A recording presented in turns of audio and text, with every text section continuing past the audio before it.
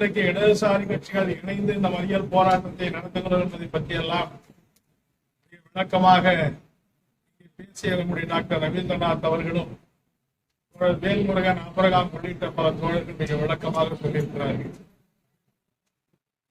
இன்றைக்கு மூன்றாவது முறையாக ஆட்சிக்கு வந்திருக்கிற மோடி அரசாங்கம் தாக்கல் செய்திருக்கிற இந்த நிதிநிலை அறிக்கை இந்த அளவுக்கு மக்களுக்கு விரோதமானது, இந்த நாட்டிலே இருக்கிற ஏழை உழைப்பாளி மக்களை வஞ்சிக்கக்கூடிய பட்ஜெட்டாக இருக்கிறது. கார்பரேட் முதலாளிகளுக்கு எந்த அளவுக்கு சலுகை வழங்கக்கூடிய பட்ஜெட்டாக இருக்கிறது. சொல்ல போனால் இந்தியா பல்வேறு மாநிலங்களை கொண்டிருக்கிற கூட்டாட்சியை கொண்டிருக்கிற இந்த நாட்டில் பெரும்பகுதியான மாநிலங்களை வஞ்சித்து தமிழ்நாடு, கேரளம் உள்ளிட்ட மாநிலங்களை பழிவாங்கி தங்களுடைய கூட்டணியிலே இடம்பெற்றிருக்கிற பீகார், ஆந்திர மாநிலத்துக்கு மட்டும் அதிகமான நிதியை ஒதுக்கி இருக்கிற அந்த கூட்டாட்சி தத்துவத்தையே சிதைக்கக்கூடிய பட்ஜெட்டாக இந்த பட்ஜெட் இருக்கிறது என்கிற விவரங்களை எல்லாம் ஏற்கனவே நிறைய நீங்கள் கூறியிருக்கிறார்கள். நிறைய விவாதங்கள், தொலைக்காட்சி விமர்சனங்கள், விவாதங்கள், பத்திரிகை செய்திகள் எல்லாம் வந்து கொண்டிருக்கிறது.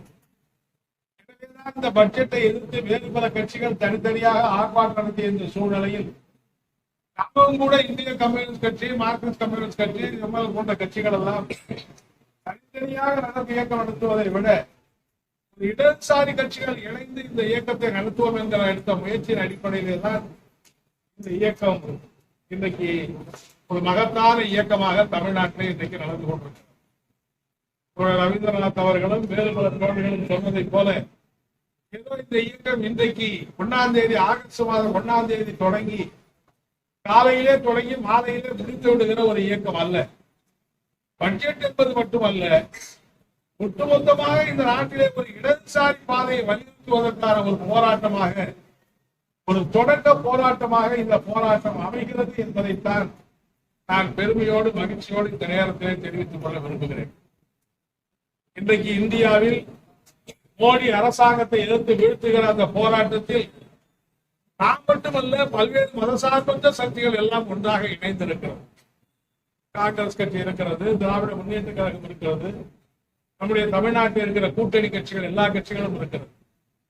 பிஜேபி எதிர்த்த போராட்டத்தில் அந்த மகத்தான மதசார்பற்ற கட்சியுடைய இணைந்த அந்த போராட்டத்தில் ஒரு பக்கம் நாம் நடத்த வேண்டியிருக்கிறது. ஆனால் அதே சமயம் பிஜேபியை வீழ்த்துவது, பிஜேபியை பலவீனப்படுத்துவது என்பது மட்டுமே நம்முடைய நோக்கம் அல்ல. அந்த இடத்திலே யாரை கொண்டு போய் நிற்பது என்பதுதான் அடுத்து இருக்கிற கேள்வி. பிஜேபியை தூக்கி எறிஞ்சிடலாம், பிஜேபியை வீழ்த்திடலாம், அந்த இடத்திலே யாரை வைக்க போகிறோம் என்று கேள்வி வருகிற போது நாம் இன்றைக்கு முன்மொழிய வேண்டியிருக்கிறது. அந்த இடத்திலே இடதுசாரிகளை கொண்டு போய் வைக்கக்கூடிய நாம் முன்னிறுத்த வேண்டிய அவசியமும் தேவையும் இருக்கிறது. அதைத்தான் டாக்டர் ரவீந்திரநாத் அவர்கள் கடைசியிலே சொன்னார்கள். இந்த நாட்டிலே ஏற்றத்தாழ்வுகள் எந்த அளவுக்கு அதிகமாக இருக்கிறது, இந்த நாட்டிலே சொத்துக்கள் பூராவில் எப்படி கார்பரேட் முதலாளிகள் கையில போய் குவிந்து கொண்டிருக்கிறது, ஏழை நடுத்தர மக்கள், சிறு குறு முதலாளிகள் கூட, தொழிலதிபர்கள் கூட இதற்கு ஓட்டாண்டிகளாக மாறக்கூடிய நிலைமை என்பது எப்படி ஆய்வு கொண்டிருக்கிறது என்ற விவரங்களை எல்லாம் எனக்கு முன்னாலே அவருக்கு எடுத்து சொன்னார்கள். இன்றைக்கு நிலைமை என்னவென்று சொன்னால் ஒரு மோசமான நிலைமை இன்றைக்கு வளர்ந்து கொண்டிருக்கிறது. ஒரு 10 ஆண்டுகளுக்கு முன்னாலே நாம் அனுபவித்த எந்த சலுகைகளையும் இன்றைக்கு அனுபவிக்க முடியாது. சில ஆண்டுகளுக்கு முன்னாலே ஒருவர் பணியில் சேர்ந்தால் ஒரு 6 மாதத்திலே ஒரு பணி நிரந்தரம் பெறுவார். மின்சார வாரியத்தில் இருக்கிற தொழிலாளிகள் இருக்கிறார்கள், அல்லது போக்குவரத்தில் இருக்கிற தொழிலாளிகள் இருக்கிறார்கள், பள்ளிகளிலே கல்லூரிகளில் இருக்கிற ஆசிரியர்கள் இருக்கிறார்கள், மருத்துவர்கள் இருக்கிறார்கள். இன்றைக்கு யாருக்குமே பணி நிரந்தரம் என்பது கிடையாது என்பது உறுதிப்படுத்திக் கொண்டே இருக்கு. யார் வேலையிலே செய்தாலும் சரி, அவர் அன்றைக்கு மாலையிலே நீ வீட்டுக்கு போயிருந்தால் வீட்டுக்கு போய்தான் ஆக வேண்டும். ஒரு அத்துக்கூலி ஆட்களை போலத்தான் இந்தியாவிலே இருக்கிற பெரும்பகுதியான உழைப்பாளருடைய வாழ்க்கை இன்றைக்கு உருவாகி கொண்டிருக்கிறது. பணி நிரந்தரத்தை படிப்படியாக பறித்து விட்டார்கள். அந்த இடத்தில் ஒப்பந்த தொழிலாளர்கள் எண்ணிக்கையை தீர்மானித்துக் கொண்டிருக்கிறார்கள். நெய்வேலியில் ஒரு காலத்துல நீங்க பாத்தீங்கன்னா 12,000 பேர் நிரந்தர தொழிலாளிகள், 14,000 பேர். இன்னைக்கு வெறும் 5,000 தொழிலாளிகள் தான் நிரந்தர தொழிலாளிகள். அதுவும் கூட இன்னும் 2 வருஷம் போச்சுன்னா 5000 நிரந்தர தொழிலாளிகளும் ரிட்டையர் ஆயிடுவாரு. அப்ப அந்த 5000 தொழிலாளிகளும் ரிட்டையர் ஆன பிறகு இன்னைக்கு அங்க எவ்வளவு பேர் இருக்காங்க? 14000 பேர் ஒப்பந்த தொழிலாளிகள். எனவே நெய்வேலி நிறுவனம் என்கிற அந்த பொதுத்துறை நிறுவனமே ஒரு சில பொறியாளர்களை மட்டும் வைத்துக் கொண்டு 14000 ஒப்பந்த தொழிலாளிகளை வைத்துத்தான் இந்த நிறுவனம் நடக்கும் என்கிற அந்த நிலை இன்றைக்கு வந்துவிட்டது. எனவே இப்படி நம்முடைய வாழ்க்கை முறையவே மாற்றிக் கொண்டிருக்கிறார்கள். இன்னைக்கு ஸ்ரீபெரும்புதூர் பகுதிக்கு நீங்கள் போனால் சங்கம் வைக்கிற உரிமையே கேள்விக்குறியாக்கி இருக்கிறது. ஒரு காலத்தில் சங்கம் வைக்கிற உரிமை எல்லாருக்கும் உண்டு. இன்னைக்கு சங்கம் வைக்கிற உரிமையே கேள்விக்குறியாக்குகிறார்கள்.